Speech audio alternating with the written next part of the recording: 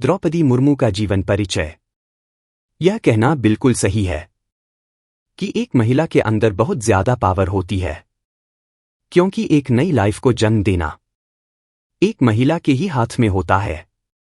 इसलिए हम कह सकते हैं कि महिलाएं मैजिकल होती है। She is blessed with the magic to create and build life. पिछले कुछ सालों से हमारी सोसाइटी में महिलाओं की कंडीशन बहुत ज्यादा खराब होती जा रही है। उनकी पावर्स को अंडर एस्टिमेट किया जाता है। ऐसा क्यों? ऐसा सिर्फ पैट्रियार्कल सोसाइटी के कारण। पैट्रियार्कल यानी पितृसत्ता। पितृसत्ता हमारी सोसाइटी के लिए एक बहुत बड़े खतरे की तरह काम कर रही है। यह सिर्फ महिलाओं के लिए ही नहीं बल्कि पुरुषों के लिए भी बहुत चिंता का विषय है। ऐसा इसलिए क्योंकि पितृसत्ता की वजह से पुरुष अपना दबदबा बनाने पर ज्यादा फोकस करते हैं, वहीं महिलाएं दबने लगती है। ऐसे में दोनों ही जेंडर्स को भारी नुकसान है, क्योंकि ऐसी सोच हमें आगे बढ़ने से रोकती है। वहीं अगर आदिवासी महिलाओं की बात की जाए तो उनकी स्थिति अपर कास्ट महिलाओं से काफी अलग है। आज भी उन्नतिशील भारत में आदिवासियों की स्थिति पिछड़ी हुई है। उनका लाइफस्टाइल आज के आधुनिक भारत से काफी पीछे छूटा हुआ है। इनके जीवनयापन का मुख्य स्रोत खेतीबाड़ी ही है। आज जब आदिवासी महिलाएं हाशिए पर चली गई तो उन्हीं के बीच एक ऐसी महिला भी उभरकर सामने आई, जिन्होंने आर्थिक समस्याओं के बावजूद न सिर्फ शिक्षा ग्रहण की बल्कि महिलाओं के उत्थान में अपना योगदान भी दिया। वह भारत के बहुत सारे संवैधानिक पदों पर भी काबिल हुई। इन्होंने जनजाति समाज को समाज की मुख्य धारा से जोड़ने का भी काम किया। आज वह भारत के सर्वोच्च पद पर बैठने वाली प्रथम आदिवासी महिला भी हैं। यह हैं संथाल आदिवासी जाति से आने वाली द्रौपदी मुर्मू, जो भारत की प्रथम नागरिक हैं। द्रौपदी मुर्मू का प्रारंभिक जीवन। उड़ीसा के बेहद पिछड़े और संथाल जाति से जुड़ी 64 वर्षीय द्रौपदी मुर्मू का जीवन बहुत संघर्षों से भरा रहा है। द्रौपदी मुर्मू का जन्म 20 जून 1958 को उड़ीसा के मयूरभंज के रायरंगपुर के बैदोपोसी गांव में हुआ था। संथाल समुदाय में जन्मी द्रौपदी के पिता स्वशून्य बिरंची नारायण टुडू एक किसान थे। मुर्मू के परिवार में इनके 2 भाई थे, जिनमें भगत टुडू व सारनी टुडू दोनों ही भाई पिता के खेती-बाड़ी के काम में हाथ बटाया करते थे। इनके पिता व दादा दोनों ही गांव के प्रधान थे। घर की आर्थिक स्थिति बहुत अच्छी नहीं थी, इसीलिए उनके दोनों भाइयों में शिक्षा का अभाव रहा। इसी प्रकार जाने बिरसा मुंडा इतिहास। बिरसा मुंडा जयंती। भारतीय स्वतंत्रता आंदोलन के जननायक। द्रौपदी मुर्मू की शिक्षा। द्रौपदी मुर्मू की शिक्षा में इनकी दादी का बड़ा योगदान था। उन्होंने द्रौपदी को शिक्षा के लिए प्रेरित किया। इनकी दादी घर व समाज में टूटी-फूटी अंग्रेजी बोला करती थी। द्रौपदी मुर्मू ने अपनी प्रारंभिक शिक्षा गांव में ही शुरू की। जब वह कक्षा 7 में थी, तब उनके गांव में आगे की शिक्षा के लिए कोई भी विद्यालय नहीं था। तभी गांव में कुछ सरकारी अधिकारी व मंत्री जी का दौरा हुआ।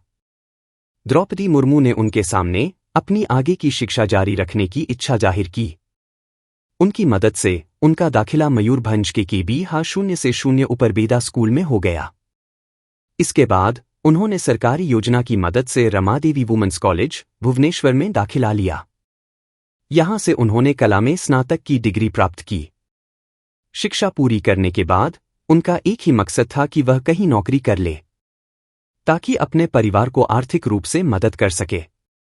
इसी को ध्यान में रखते हुए उन्होंने उड़ीसा के सिंचाई विभाग में कनिष्ठ सहायक के तौर पर नौकरी की।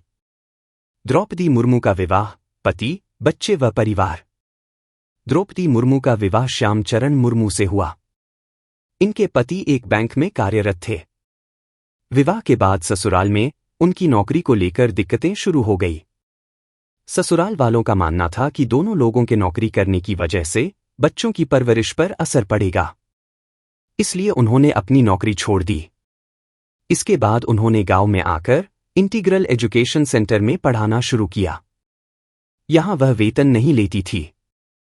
द्रौपदी मुर्मू के 2 बेटे थे, जिनमें बड़े बेटे का नाम लक्ष्मण मुर्मू था। उनकी एक बेटी भी है, जिनका नाम इतिश्री मुर्मू है। उन्होंने अपनी बेटी को पढ़ा लिखाकर इस काबिल बनाया ताकि वह एक अच्छा और जाना माना नाम हो। कॉलेज की पढ़ाई पूरी करने के बाद इति ने एक बैंक में नौकरी हासिल कर ली। इति मुर्मू रांची में रहती हैं।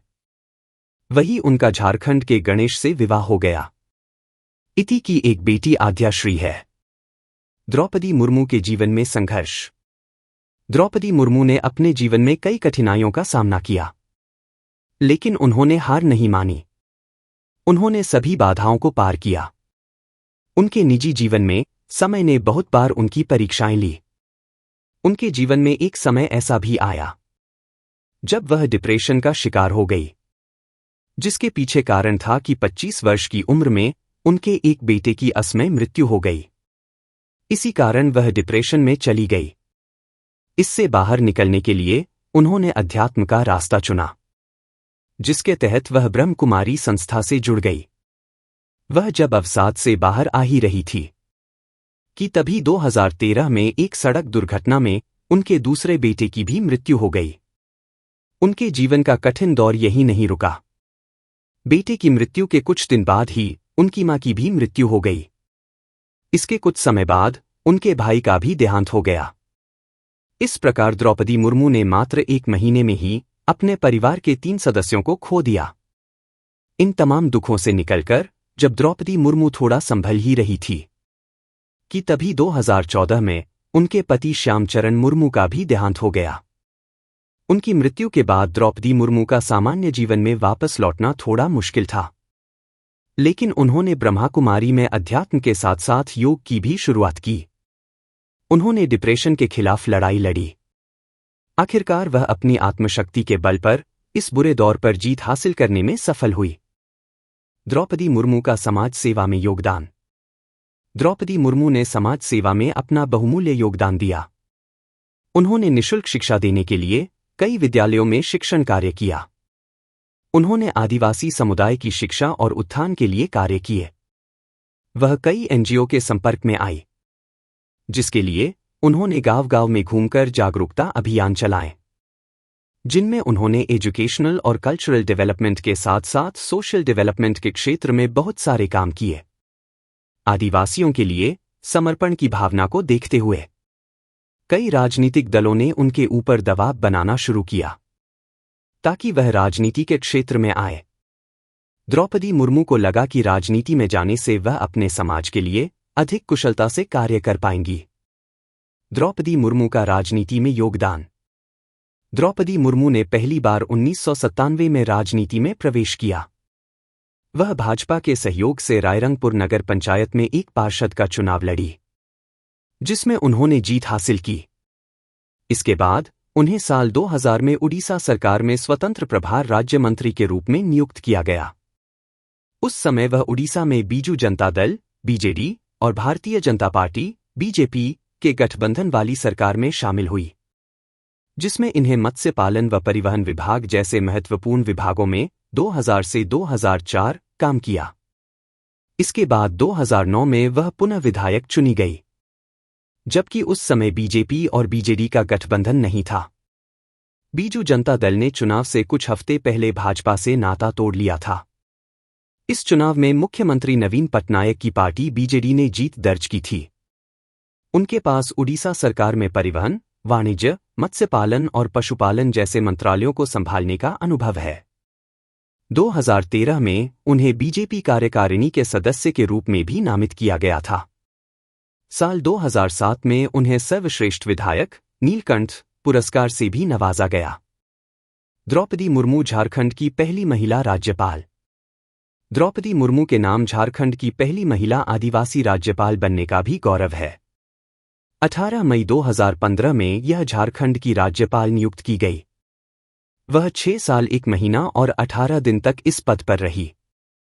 इस दौरान इनकी एक सख्त छवि भी उभर कर सामने आई, जब मई 2017 में CNTSPT एक्ट संशोधन विधेयक को बगैर दस्तखत किए सरकार को वापस कर दिया।